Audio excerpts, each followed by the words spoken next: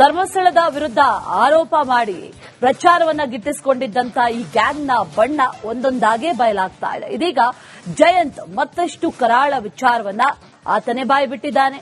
ಅಲ್ಲದೆ ಚಿನ್ನಯ್ಯನ ವಿರುದ್ಧ ಒಂದು ಸ್ಫೋಟಕ ಆರೋಪ ಕೂಡ ಮಾಡಿದ್ದಾನೆ.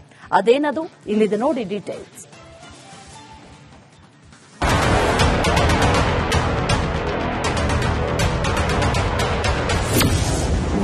ಬುರುಡೆ ತಂದಿರೋದು ಆರೋಪಿ ಚಿನ್ನಯ್ಯನೇ. ಸ್ಫೋಟಕ ಸತ್ಯ ಬೆಚ್ಚಿಟ್ಟ ಹೋರಾಟಗಾರ ಜಯಂತ್.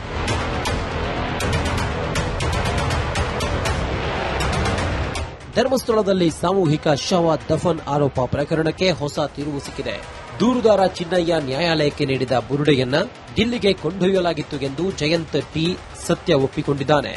ಚಿನ್ನಯ್ಯ, ಗಿರೀಶ್ ಮಟ್ಟಣ್ಣನವರ್ ಮತ್ತು ಸುಜಾತ ಭಟ್ ಕೂಡ ತಂಡದಲ್ಲಿದ್ರು. ಸುಪ್ರೀಂ ಕೋರ್ಟ್ ಕದ ತಟ್ಟುವ ಬಗ್ಗೆ ಚರ್ಚೆ ನಡೆಸಲಾಗಿತ್ತು. ಬುರುಡೆ ಜೊತೆ ದಿಲ್ಲಿಗೆ ಹೋಗಿ ತಪ್ಪು ಮಾಡಿದೆ ಎಂದು ಜಯಂತ್ ಒಪ್ಪಿಕೊಂಡಿದ್ದು ಸತ್ಯಕ್ಕಾಗಿ ಜೈಲಿಗೆ ಹೋಗಲು ಸಿದ್ಧ ಎಂದಿದ್ದಾನೆ. ನಿನ್ನೆ ನನ್ನ ಮಕ್ಕಳಿಗೂ ಊಟ ತರಿಸಿದ್ರಂತೆ. ಒಳ್ಳೆ ರೀತಿಯಲ್ಲಿ ಬಂದು ಒಳ್ಳೆ ಸ್ಪಂದನೆ ಕೊಟ್ಟಿದ್ದಾರೆ. ನಮ್ಮ ಮಕ್ಕಳಾದರೂ ಮನೆಯವರು ಒಳ್ಳೆ ರೀತಿಯಲ್ಲಿ ಏನು ಸ್ಟೇಟ್ಮೆಂಟ್ ಬೇಕು ಎಲ್ಲ ಕೊಟ್ಟು ಸಂತೋಷವಾಗಿ ಹೋಗಿದ್ದಾರೆ ಸರ್. ಅವರೇ ಊಟ ತರಿಸಿ ನಮ್ಮ ಮಕ್ಕಳಿಗೆ ಕೊಡಿಸಿ ಆರಾಮಾಗಿದ್ರು ಸರ್. ಭೀಮನ ಹೇಳಿಕೆಯ ಆಧಾರದಲ್ಲಿ ತಲಾಶ್. ಈ ಭೀಮನ್ನು SIT ಅವರ ಸ್ವಾಧೀನ ಅವರ ಅಂಡರಲ್ಲಿ ತಗೊಂಡ ನಂತರ ಅವನೊಂದು ಸ್ಟೇಟ್ಮೆಂಟ್ ಮೇಲೆ ಅವ ಎಲ್ಲಿಂದ ಬಂದ ಅದನ್ನು ಹುಡುಕ್ಬೇಕಲ್ಲ ಸರ್. ಆ ಒಂದು ಪ್ರಕ್ರಿಯೆ ನಡೀತಾ ಇದೆ ಸರ್. ಬುರುಡೆ ಪ್ಲಾನ್ ಹಿಂದೆ ಇರೋದೇ ಜಯಂತ್. ಈ ಬುರುಡೆ ಪ್ಲಾನ್ ಹಿಂದೆ ಜಯಂತೇ ಇರೋದು ಅನ್ನುವಂತ ಮಾತಿದೆ ಸರ್. ಆ ಭಗವಂತ ಹೇಳಿ ಸರ್ ಯಾರಂತ ನಾನು ಏನು ಕೇಳಬೇಕು ಸಲ್ವಾ. ಸತ್ಯಕ್ಕೋಸ್ಕರ ಹೋರಾಟ ಮಾಡ್ತಾ ಇರೋದು. ಯಾವುದೋ ಕುತಂತ್ರ ಮಾಡಿ ತಂತ್ರ ಮಾಡಿ ಇನ್ನೊಂದು ರೀತಿಯಲ್ಲಿ ಆ ದೇವಸ್ಥಾನಕ್ಕೆ ಕೆಟ್ಟ ಹೆಸರು ತರಲಿಕ್ಕೆ ಮಾಡ್ತಾ ಇಲ್ಲ ಸರ್. ನಾವು ಯಾವುದೋ ಎಲ್ಲೋ ದೇವಸ್ಥಾನ ಹೆಸರು ಇರ್ತಿಲ್ಲ. ನಾನು ಇವತ್ತು ಹೇಳ್ತಾ ಇದ್ದೀನಿ, ಆ ಅಣ್ಣಪ್ಪ ಸ್ವಾಮಿ ಮಂಜುನಾಥ ಸ್ವಾಮಿ ನನ್ನ ಇಳಿಸಲು ಅದೊಂದು ಕಥೆನೇ ಇದೆ. ಜಯ ಬರಲಿ, ಆಮೇಲೆ ಹೇಳ್ತೀನಿ. ಇಲ್ಲಾರೆ ನಾನು ಈ ಒಂದು ಸಣ್ಣ ಮಟ್ಟದಲ್ಲಿರುವಂತ ಬಂದು ಈ ಒಂದು ಹೋರಾಟ ಕೈ ಜೋಡಿಸಿ ಆಗ್ತಾ ಇರಲ್ಲ ಸರ್. ಆ ಭಗವಂತ ಇಳಿಸಿದ್ದಾರೆ ಬೇಕಂತೇಳಿ. ಓಕೆ, ಅದಕ್ಕೆ ಆ ಭಗವಂತನ ಸೇವೆನೇ ನಾವು ಮಾಡ್ತಾ ಇರೋದು ಸರ್, ಬೇರೆ ಮಾಡ್ತಾ ಇಲ್ಲ. ಏಪ್ರಿಲ್ ತಿಂಗಳಿನಲ್ಲಿ ಚಿನ್ನಯ್ಯ ಮನೆಗೆ ಬಂದಿದ್ದ. ಏಪ್ರಿಲ್ ತಿಂಗಳಿಗೆ ಬಂದಿದ್ದ ಸರ್. ಕರ್ಕೊಂಡು ಬನ್ನಿ ಅಂತ ಹೇಳಿ ಸ್ಯಾಟಲೈಟ್ ಬಸ್ ಸ್ಟ್ಯಾಂಡ್ ಇಂದ ಅಲ್ಲಿ CC ಕ್ಯಾಮೆರಾ ತೀರ ನೋಡ್ಬೋದು. ಗಿರೀಶ್ ಅಣ್ಣ ಹೇಳಿದ್ರು ಕರ್ಕೊಂಡು ಬಂದು ವಕೀಲ ಆಫೀಸಿಗೆ ಬಿಡು ಅಂತ ಹೇಳಿದ್ರು. ಕರ್ಕೊಂಡು ಬಂದೆ ಸರ್. ಬಂದ ನಂತರ ಸಾಯಂಕಾಲ ನಿಲ್ಲಿಕ್ಕೆ ರೂಮ್ ವ್ಯವಸ್ಥೆ ಮಾಡೋಣ. ಆವಾಗ ಇಂಥ ಒಂದು ದೊಡ್ಡ ವಿಷಯದಲ್ಲಿ ಕೈ ಹಾಕುವಾಗ ಏನೋ ಇವನ ಪರಿಚಯ ಇದ್ರೆ ಅಂದ್ರೆ ನಮಗೆ ಗೊತ್ತು ಒಂದು ಸೌಜನ್ಯ ವಿಷಯದಲ್ಲಿ ಎಷ್ಟು ಜನ ಕೊಲೆ ಮಾಡಿದ್ವಿ, ಇನ್ನೊಂದು ವಿಷಯದಲ್ಲಿ ಎಷ್ಟು ಜನ ಕೊಲೆ ಮಾಡಿದ್ವಿ, ಎಲ್ಲ ನಮ್ಮ ಮನೆ ಪದ್ಮನಾಥ ವಿಷಯದಲ್ಲಿ ಏನೆಲ್ಲ ಆಗಿದೆ ಎಲ್ಲ ಗೊತ್ತು. ಅದಕ್ಕೋಸ್ಕರ ನಾನು ಹೇಳಿದೆ ಬೇಡ ಸರ್, ನಾನು ಕರ್ಕೊಂಡು ಹೋಗ್ತೀನಿ, ನನ್ನ ಮನೆಗೆ ಊಟ ಹಾಕ್ತೀನಿ ಅಂತ ಹೇಳಿದ್ರು. ಆ ಒಂದು ಕೆಲಸ ಮಾಡಿದ್ದೀನಿ ಸರ್. ಅದು ಅಲ್ಲದೆ ಮತ್ತೆ ಇದು ಡೆಲ್ಲಿಗೆ ಹೋಗುವಾಗ ಅವ ಮೆಟೀರಿಯಲ್ ಇಟ್ಕೊಂಡು ಬಂದಿದ್ದ, ಅದರೊಟ್ಟಿಗೆ ನಾನು ಹೋದೆ ಸರ್ ಅವನೊಟ್ಟಿಗೆ. ಸುಪ್ರೀಂ ಕೋರ್ಟ್ಗೆ ಹೋಗುವ ಉದ್ದೇಶ ಇತ್ತು. ಬಂದಾಗ ಒಂದು ಬಟ್ಟೆ ಹಿಡ್ಕೊಂಡು ಬಂದಿದ್ದ, ಒಂದು ಕವರಲ್ಲಿ ಬಟ್ಟೆ ಹಿಡ್ಕೊಂಡು ಬಂದಿದ್ದ, ಬೇರೆ ಏನು ತಂದಿರಲಿಲ್ಲ ಸರ್. ಅವ ಡೆಲ್ಲಿ ಹೋಗುವ ತಂದಿರು ಸರ್. ಡೆಲ್ಲಿ ಹೋಗಿ ತಂದಿಲ್ಲ, ಅದರ ಪ್ರಕಾರ ಹೋದೆ, ಅದರ ಪ್ರಕಾರ ಬಂದೆ. ಅದು ಡೆಲ್ಲಿ ಹೋಗುವ ಉದ್ದೇಶ ಏನಂತ ಹೇಳಿ ಒಂದು ಸರ್ವೋಚ್ಚ ನ್ಯಾಯಾಲಯ ಈ ಒಂದು ಪ್ರಕರಣ ಅಲ್ಲಿಂದ ತನಿಖೆ ಆಗಲಿ ಅಂತ ಇಷ್ಟೆಲ್ಲ ಮಾಡಿರೋದು, ಬೇರೆ ಯಾವ ಉದ್ದೇಶಕ್ಕಲ್ಲ. ಈ ಬುರುಡೆ ಮುಖಾಂತರ ದೇವಸ್ಥಾನ ಯಾವುದೂ ಇಲ್ಲ ಸರ್. ಇವಾಗ ಕೆಲವೊಂದು ರಾಜ್ಯಕ್ಕೆ ವ್ಯಕ್ತಿಗಳು ಅವರವರ ಲಾಭಕ್ಕೋಸ್ಕರ ಏನೇನೋ ಸ್ಟೇಟ್ಮೆಂಟ್ ಕೊಡ್ತಾ ಇದ್ದಾರೆ. ನಾನು ಹೇಳ್ತಾರೆ ಪ್ಲೀಸ್ ಅವರಿಗೆಲ್ಲ ಈ ಒಂದು ತಮ್ಮ ಮಾಧ್ಯಮ ಮುಖಾಂತರ ಕೇಳ್ಕೊಳ್ತಾ ಇದೀನಿ, ಬನ್ನಿ ಧರ್ಮಸ್ಥಳಕ್ಕೆ ಬನ್ನಿ. ಧರ್ಮಸ್ಥಳ ದೇವರು ಯಾರು ಏನು ಹೇಳ್ತಲ್ಲ ಅವರಷ್ಟಕ್ಕೆ ಇದ್ದಾರೆ. ನೀವು ಡೊಂಬರಾಟ ಮಾಡಬೇಡಿ. ಬರುವಾಗ ಅಣ್ಣಪ್ಪ ಸ್ವಾಮಿ ಇಲ್ಲ ಮಂಜುನಾಥ ಸ್ವಾಮಿ ಮುಂದೆ ಕೈ ಮುಗಿದೊಂದು ಹೇಳಿ, ಹೌದು ಈ ಗ್ರಾಮದಲ್ಲಿ ಇಲ್ಲಿಯ ಪ್ರಭಾವಿ ವ್ಯಕ್ತಿ ಯಾರಿಗೋಸ್ಕರ ನಾವು ಬರ್ತಾ ಇದ್ದೀವಿ, ಅವರು ಯಾರು ಒಂದು ಅಪ್ರಾಪ್ತ ವಯಸ್ಸಿನ ಹೆಣ್ಣುಮಗಳನ್ನು ಕೊಲೆ ಮಾಡಿಲ್ಲ, ಅತ್ಯಾಚಾರ ಮಾಡಿಲ್ಲ, ಭೂಕಬಳಿಕೆ ಮಾಡಿಲ್ಲ, ನಾವು ಇಲ್ಲಿ ದೇಶದ್ರೋಹಿ ಇರ್ತೀವಿ ಯಾವುದೂ ಮಾಡಿಲ್ಲ, ಇವರೆಲ್ಲ ಸಮಾಜ ಸೇವೆ ಮಾಡಿರೋದಂತ ಒಂದು ಸತ್ಯ ಹೇಳಿ ಒಂದು ರೂಪಾಯಿ ಹಾಕಿಬಿಟ್ಟು ಹೋಗ್ಲಿ ಸರ್. 4 ಜನರು ಸುಪ್ರೀಂಗೆ ಹೋಗಿದ್ದು ಸತ್ಯ. ನಾನು ಕೆಲಸದವನಿಗೆ ಎಷ್ಟು ಬೇಕು ಅಷ್ಟು ಸಾಕಲ್ಲ ಸರ್. ಎಲ್ಲರೂ ನಿಲ್ಲಿಸ್ಬಿಟ್ಟು ಹೊತ್ತಿಗೆ ಅವಶ್ಯಕತೆ ಇಲ್ಲ. ನಾಳೆ ಇವಾಗ ನೀವೆಲ್ಲ ಫೋಟೋ ತೆಗಿದ್ಯಾ, ವೈರಲ್ ಆಯ್ತು, ಯಾರಿಗೆ ಗೊತ್ತೇ ಅಲ್ಲ. ನಾವು ಗಿರೀಶನ್ನ, ಸುಜಾತ, ಭೀಮ, ನಾನು 4 ಜನ ಹೋಗಿರೋದು. ಅದೇನಕ್ಕೆ ಬೇಕು? ನಾನು ಹೇಳಿದ್ದೀನಿ ಅವತ್ತು ಆ ವಿಷಯದಲ್ಲಿ ನಾನಿಲ್ಲ, ಹೆಲ್ಪ್ ಮಾಡ್ತಾ ಇದ್ದೀನಿ, ಒಟ್ಟು ಇದ್ದೀನಿ. ಅದರ ಒಂದು ಸಲಹೆ ಕೊಡೋದು ಕೇಳೋದು ಬಿಲ್ಕುಲ್ ಇಲ್ಲ ಅದರಲ್ಲಿ. ಅದಕ್ಕೋಸ್ಕರ ನಾನು ಧೈರ್ಯವಾಗಿ ತಮ್ಮ ಮುಂದೆ ಬಂದು ಮಾತಾಡ್ತಾ ಇದ್ದೀನಿ ಸರ್. ಚಿನ್ನಯ್ಯ ಜಾಗಗಳನ್ನ ಸರಿಯಾಗಿ ತೋರಿಸಿಲ್ಲ. ಜಾಗ ಕರೆಕ್ಟಾಗಿ ತೋರಿಸಿಲ್ಲ. ಗಿರೀಶನ್ನ ಫಸ್ಟ್ ಇದಕ್ಕೆ ಎಂಟರ್ ಆಗುವಾಗಲೇ ಇಲ್ಲ ಗಿರೀಶನ್ನ ಹತ್ರ ಬರುವಾಗಲೇ ಮಹೇಶನ್ನ ಬಂದಿರೋದು ವಿಡಿಯೋ ಇದೆ. ಮತ್ತೆ ಇವನ ಹೆಂಡತಿ ಅವಲ್ಲಿ ಬಂದು ಮಾತಾಡೋ ವಿಡಿಯೋ ಇದೆ. ಅದು ನೋಡ ಇವತ್ತು ಯಾವ ರಿಲೀಸ್ ಮಾಡೋದು ಗೊತ್ತಿಲ್ಲ, ರಿಲೀಸ್ ಮಾಡಿ ಮಾಡ್ತಾರೆ. ಅವತ್ತಿಂದ ಇದರಿಂದ ಬಿದ್ದುವಾಗ ನಮಗೆ ಸತ್ಯ ಸಹ ಗೊತ್ತಾಗಬೇಕಲ್ಲ ಸರ್. ಆ ರೀತಿಯಲ್ಲಿ ಹೋಗಿ ಎಲ್ಲ ನೋಡಿದ್ದಾರೆ. ಆವಾಗ ಆ ಜಾಗಕ್ಕೆ ಇವೆಲ್ಲ ವ್ಯತ್ಯಾಸ ಇದೆ ಅಂತ ಹೇಳ್ತಾರೆ. ಅದಕ್ಕೆ ಹೇಳ್ತಾ ಇರೋದು. ಗಾಂಜಾ ಮಾರುತ್ತಿದ್ದರೆ ದೂರು ಕೊಡಬೇಕಿತ್ತು. ಸರ್ ಏನು ಮಾಡೋಣ, ಹೆಣ್ಮಕ್ಳಿಗೆ ನಾವು ಒಂದು ಹೋರಾಟ ಮಾಡ್ತಾ ಇರುವಾಗ ಅವರೇನ ಹೇಳೋದಕ್ಕೆ ನಾನು ಬೈಲಿಕ್ಕೆ ಆಗಲ್ಲ, ಬೈಯೋದು ಇಲ್ಲ. ಅದರ ವಿಷಯದಲ್ಲಿ ಇವತ್ತು ಪ್ರಕರಣ ದಾಖಲಾಗ್ತದೆ ಬಾಗಲುಂಟೆ ಪೊಲೀಸ್ ಠಾಣೆಯಲ್ಲಿ. ಒಂದು 2 ಗಂಟೆ ಅಂತ ಹೇಳಿದ್ರು, ಮನೆಯವರಿಗೆ ಹೇಳಿದ್ರು ದೂರು ಕೊಡಿ ಅಂತ ಹೇಳಿದ್ರು. ಈ ಅಮ್ಮ ನಾವು ಗ್ರೌಂಡ್ ಫ್ಲೋರ್ ಫಸ್ಟ್ ಫ್ಲೋರಲ್ಲಿದ್ದರು ಸರ್. ನಾನು ಆ ಮನೆಗೆ ಬಂದು 20 ವರ್ಷ ಆಗಿದೆ ಸರ್. ಒಂದು 4 ವರ್ಷದಿಂದ ಇದ್ದರು. ಆವಾಗ ಬೇರೆ ಬೇರೆ ಯೋಚನೆ ಮಾಡ್ತಾ ಇದ್ರು. ಆವಾಗ ನಾವು ಹೇಳಿದ ನಾವೆಲ್ಲ ಅಕ್ಕಪಕ್ಕದೆಲ್ಲ ಫ್ಯಾಮಿಲಿ ಆಗಿರ್ಬೋದು, ಒಳ್ಳೆ ವಟಾರಲ್ಲಿ ಇದ್ದೀವಿ, ಯಾವುದೇ ಕಾರಣ ಇದು ಆಗಬಾರ್ದು. ಓನರ್ಗೆ ಹೇಳಿದ್ರೆ ನೋಡಿ, ಅವ್ರನ್ನ ನಿಲ್ಲಿಸಬೇಕು, ಇಲ್ಲ ನಾವು ಖಾಲಿ ಮಾಡ್ತೀವಿ ಅಂತೇಳಿ. ನಾವು ಮೂರು ಮನೆಯವರು ನಾವು ಖಾಲಿ ಮಾಡ್ತೀವಿ ಅಂತೇಳಿ ಅಷ್ಟೊತ್ತಿಗೆ ಓನರ್ ಅವ್ರನ್ನೇ ಖಾಲಿ. NIA ಅಂದ್ರೆ ನನಗೆ ಯಾಕೆ ಭಯ ಆಗ್ಬೇಕು? NIA ಅಂದ್ರೆ ನಿಮ್ಗೆ ಏನಾದ್ರು ಭಯ? ನನಗೇನು ಭಯ? ಸ್ಟೇಟ್ ಲೆವೆಲ್ ಇರೋ ಒಂದು ಅಧಿಕಾರಿ ಇರುವಾಗ ತನಿಖೆ ಆಗುವಾಗ ನಾನು ಕೇಳ್ತಾ ಇರೋ ಏನಕ್ಕೆ ಇವ್ರಿಗೆ ಭಯ? ತನಿಖೆ ಹಂಗೆ ತಮ್ಮ ಪ್ರಕಾರವಾಗಿ ತನಿಖೆ ಮಾಡ್ತಾ ಇಲ್ವಾ SIT ಅವರು? ತನಿಖೆ ನಿಷ್ಪಕ್ಷವಾಗಿ ಆಗ್ತಾ ಇದೆ, ಕಾನೂನು ಚೌಕಟ್ಟಲ್ಲಿ ಆಗ್ತಾ ಇದೆ, ಆವಾಗ ಭಯ ಆಗ್ತದೆ. ಅದಕ್ಕೆ ಇದನ್ನು ಕಿತ್ತಾಕಬೇಕು ಎಂಬ ಉದ್ದೇಶ. ಯಾವುದೇ ಕಾರಣಕ್ಕೂ ಕಿತ್ತಾಕಬಾರದು. ನಾನು ಕರ್ನಾಟಕ ರಾಜ್ಯ ಮುಖ್ಯಮಂತ್ರಿ, ಗೃಹ ಸಚಿವರು, ಇವರೇ ತನಿಖೆ ಆಗಲಿ. ನಾನು ದೇಶದ್ರೋಹ ಮಾಡಿಲ್ಲ, ಕೊಲೆ ಮಾಡಿಲ್ಲ, ಅತ್ಯಾಚಾರ ಮಾಡಿಲ್ಲ, ಭೂ ಕಬಳಿಕೆ ಮಾಡಿಲ್ಲ. ನ್ಯಾಯಕ್ಕಾಗಿ ಹೋರಾಡುವಾಗ ಸ್ವಲ್ಪ ಕಷ್ಟವಾಗುತ್ತದೆ.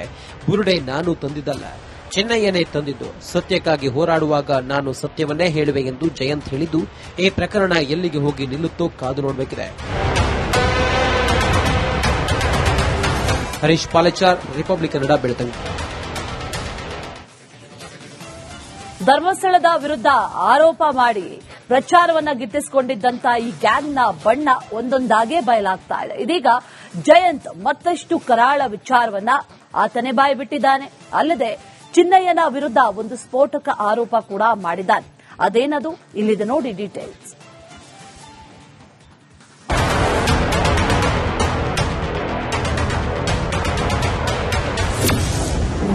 ಬುರುಡೆ ತಂದಿರೋದು ಆರೋಪಿ ಚಿನ್ನಯ್ಯನೇ. ಸ್ಫೋಟಕ ಸತ್ಯ ಬೆಚ್ಚಿಟ್ಟ ಹೋರಾಟಗಾರ ಜಯಂತ್.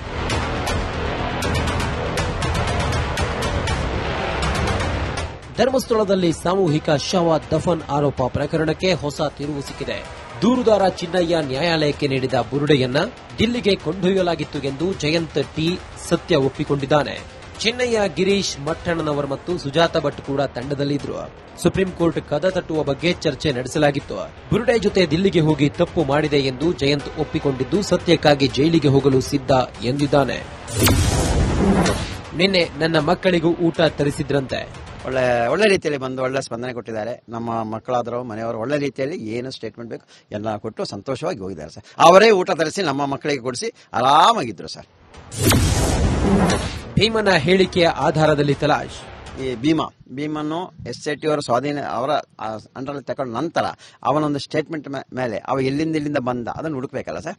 ಆ ಒಂದು ಪ್ರಕ್ರಿಯೆ ನಡೀತಾ ಇದೆ ಸರ್. ಬುರುಡೆ ಪ್ಲಾನ್ ಹಿಂದೆ ಇರೋದೇ ಜಯಂತ್. ಈ ಬುರುಡೆ ಪ್ಲಾನ್ ಹಿಂದೆ ಜಯಂತಿ ಇರೋದು ಅನ್ನುವಂತ ಮಾತಿದೆ ಸರ್. ಆ ಭಗವಂತ ಹೇಳಿ ಸರ್ ಯಾರಂತ, ನಾನು ಏನು ಕೇಳಬೇಕು ಸಲ್ವಾ?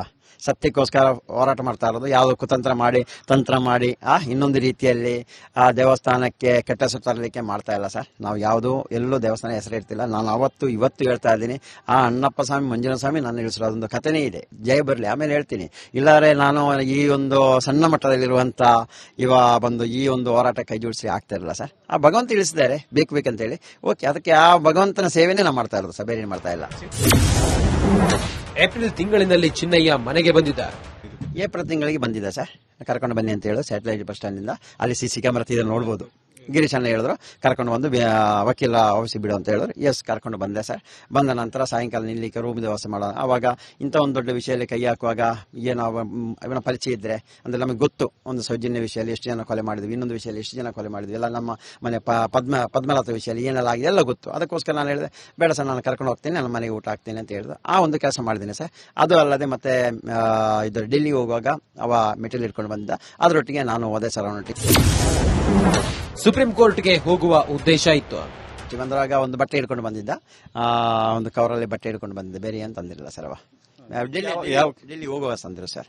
ಡೆಲ್ಲಿ ಹೋಗಿ ತಂದಿದ್ದು, ಅದರ ಪ್ರಕಾರ ಹೋದೆ, ಅದರ ಪ್ರಕಾರ ಬಂದೆ.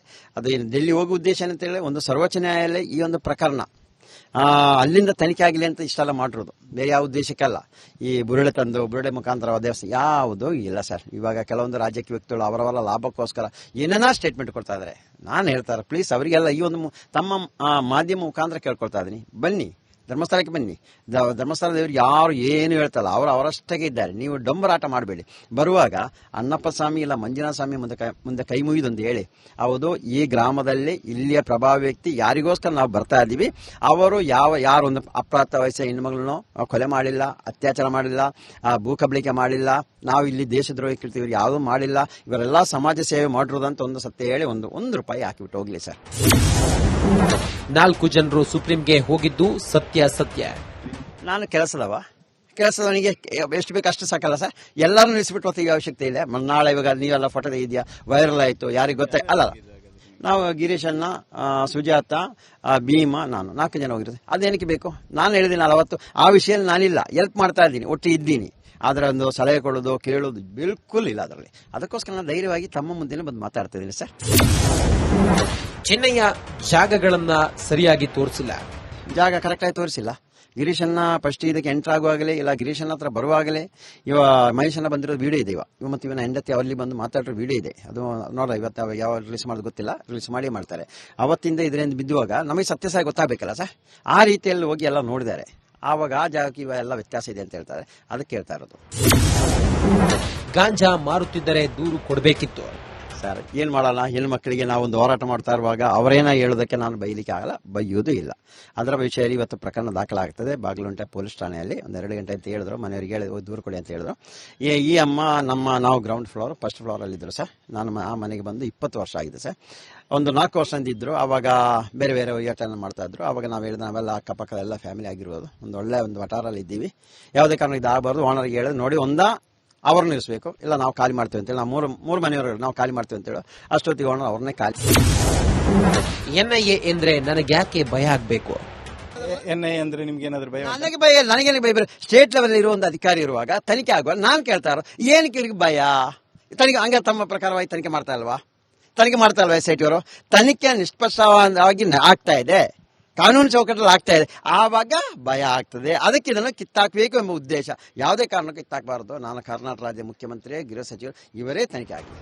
ನಾನು ದೇಶದ್ರೋಹ ಮಾಡಿಲ್ಲ, ಕೊಲೆ ಮಾಡಿಲ್ಲ, ಅತ್ಯಾಚಾರ ಮಾಡಿಲ್ಲ, ಭೂ ಕಬಳಿಕೆ ಮಾಡಿಲ್ಲ. ನ್ಯಾಯಕ್ಕಾಗಿ ಹೋರಾಡುವಾಗ ಸ್ವಲ್ಪ ಕಷ್ಟವಾಗುತ್ತದೆ.